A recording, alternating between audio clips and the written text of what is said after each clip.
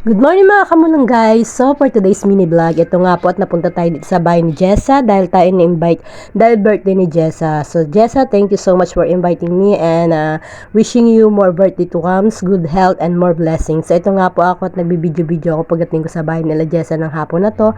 At syempre ano pa bang gagawin natin? Mag-video for the vlog. So ayun nga pala si Divina na nasa dulo, tapos ayun yung asawa ni Jessa na nakaubad, si Richard. At ayun naman si Janine, yung aking friend na nakadilaw at katabi niya asawa niya si Dudong. At syempre hindi pwede mawala yung aking bayo na nasa likod na nakasombrero, si Toto, shout out. At kay Bella din na fresh na from the bath. Ayan, kita niyo naman kung gaano siya ka-fresh at kakapaligo lang yan. Ito naman yung bata na sabi ko maghaya, ayaw naman niya at nahihiya. So ito nga pala yung aming inumin. Sa mga boys is red horse, sa mga girls naman gin bilog lang. At meron kami ritong pulutan na apritada, kung di ako nagkakamali, apritadang manok. Tapos meron din kami ritong inihaw na bangus. So ayan nga po ang kaganapan kagahapon at na tayo na imbitahan. At syempre hindi naman tayo basta-basta pupunta kapag hindi tayo na-invite ng may celebrant at kung ano pa ba yung mga celebration na yan. Alam niyo naman ako ay maya ako sa personal, mahihain.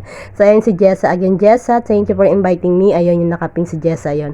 Siya po yung may birthday kagahapon. So ito lang ang aming ganap or aking ganap kagahapon ang umaten ng birthday kagahapon. And thank you for watching guys. Please don't forget to follow me, subscribe, pa-share na rin po ng ating mga vlog. Medyo sumasablay yung boses ko dahil mayroon tayong konting sipon. Ayan, napalunok pa ako.